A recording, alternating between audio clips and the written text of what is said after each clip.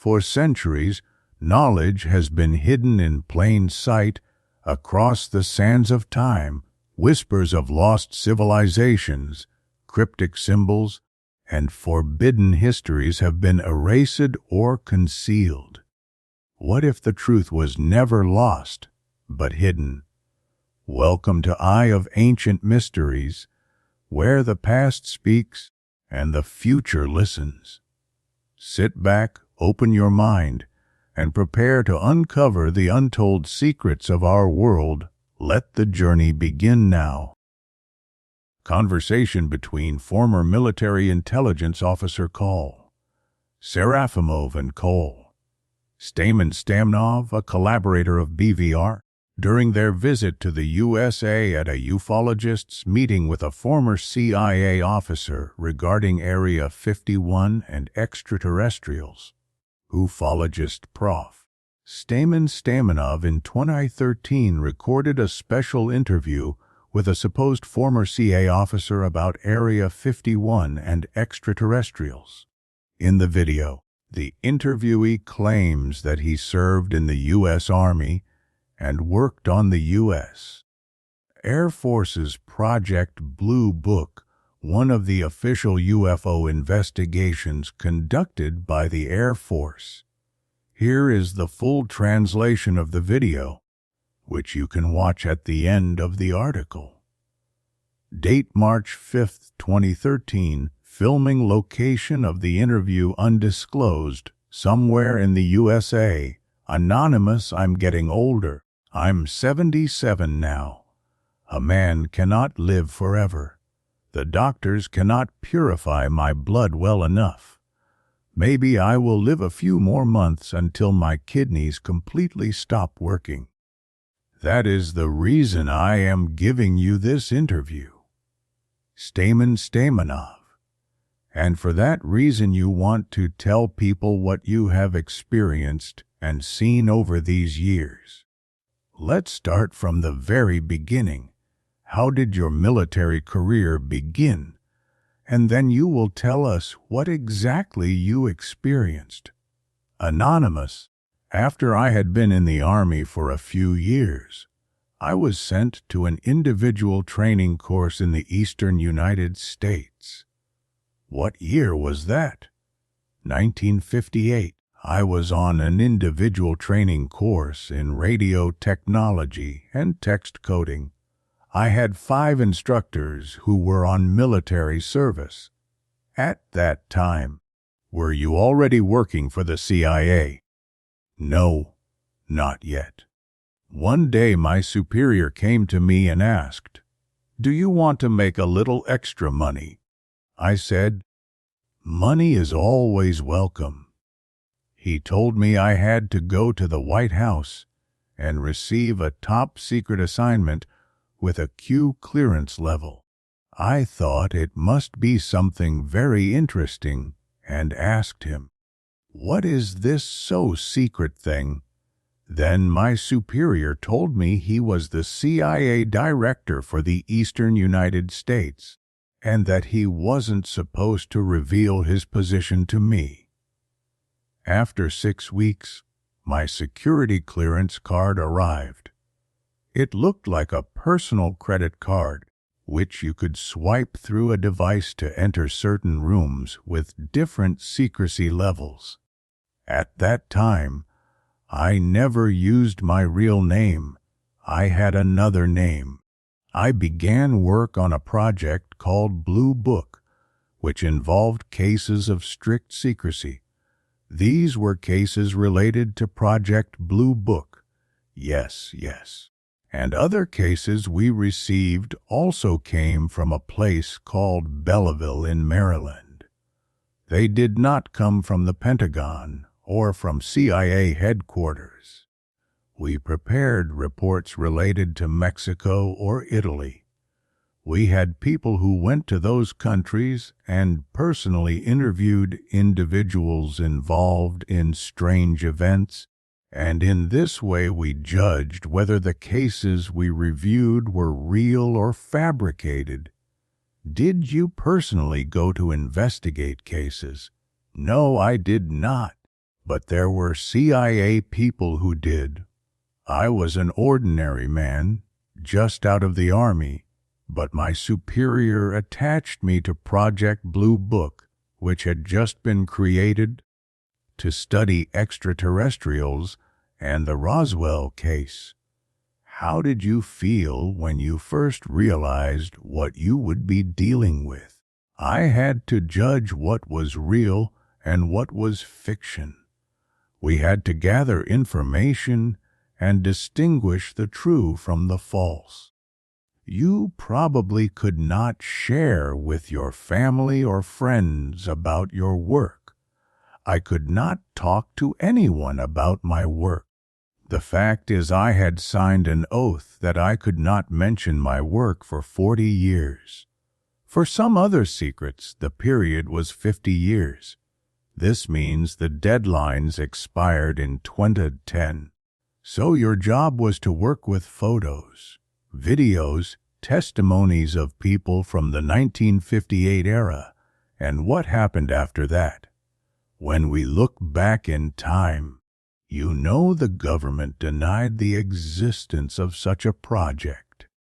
Yes, they said UFOs were fiction, that they were balloons or something else, fake photos or creations of mentally ill people. Yes, that's right. One day my superior came and said that both of us had been assigned to Project Blue Book. I asked him, "Well, what will we do?" And he said, "We're going to the White House." We had to meet with Eisenhower and discuss what these extraterrestrials were. There was a J-12 committee dealing with this issue, but they never reported. J-12 is a committee for UFO control. And they never reported. Yes, that's right. When we went up to the second floor of the White House, there were Presidents Eisenhower and Nixon. We talked, and they, the presidents, told us they had created J-12 to go to Area 51 and investigate what was being done there. But the officers at Area 51 said that the U.S. presidency had no jurisdiction to enter Area 51 and investigate. And since that action had failed, now they were sending my superior and me to investigate and personally report on the situation in that zone. Presidents Eisenhower and Nixon gave us this assignment and also told us to say that if we were not allowed to investigate the zone, the presidents would send the First Army from Colorado and seize the zone by military force, regardless of how classified the information there was. You are saying that Eisenhower was considering attacking Area 51. Yes, with the participation of the First Army. So you went there with your superior. You flew there. What happened next? What did you see? After we landed, we were driven another 13 or 15 miles to the site. There were huge hangars with open doors. Through them we saw different types of UFOs. There was also the craft that had crashed at Roswell. You said the crashed Roswell UFO was there. What else did you see? The Roswell craft looked very strange. Something like heavy aluminum foil. When you tried to lift it, you felt how heavy it was. Did the people at Area 51 say what kind of energy the UFOs used? Some kind of energy related to overcoming gravity. A little later, I received the mathematical formula for overcoming Earth's gravity. There were also different types of gray beings there. How did you see this evidence? We watched the film of an extraterrestrial autopsy. The colonel said, "What you are seeing is indeed the autopsy of a gray alien." At that moment, How did you feel? I couldn't believe it was real, but the fact is it was real. My superior and I went and saw the Greys alive. There were dead gray bodies, but there was also one living pair. How did they look? If they look like humans, then how do the others look, the ones who don't resemble people? Their skin looked dark. Their bodies were not as well developed as human bodies. What about their heads compared to humans? Their brains looked larger. Their noses were very, very small. Where the ears should be, they had holes, and their mouths were very small. What was the purpose of you going there and seeing all this? To return to the president and give our report that they really do have extraterrestrials and their craft. So until that moment, the presidents of the USA had no idea that extraterrestrial beings were being stored and studied there. No, they really didn't know what was going on in Area 51. After that was over, what did you do? Did you continue to investigate such cases? We returned to the zone, and then they took us to the central building where we saw the U-2, which we had not suspected existed, and the SR-71 model. As I mentioned earlier, it was not literally the Blackbird model. After that, did you return to Washington to report? We flew with the commander's plane to the airbase for a meeting with President Eisenhower. So you and your superior met with President Eisenhower? Yes. Can you tell us about the meeting? Yes.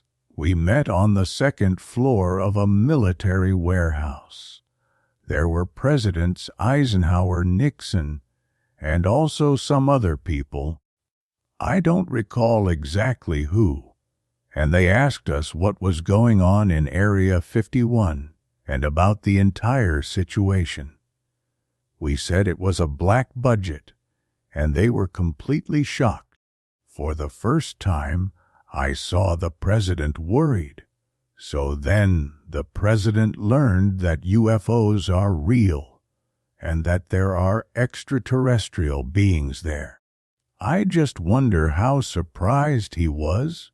He was completely surprised by the black program. Eisenhower said we must keep it secret. You're saying your real name, the one you were born with, was never used during your work. It was never used, not even when I worked solely for the CIA.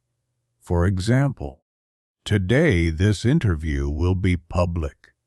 You mentioned secrecy, the period of which has already expired.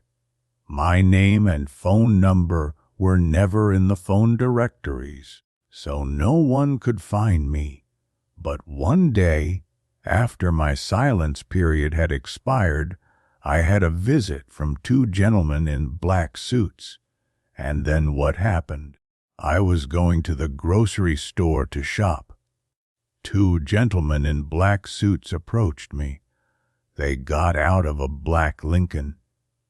We talked, and they told me it would be better not to publish anything about my work and not to talk to anyone. And I did not talk, not even with my wife.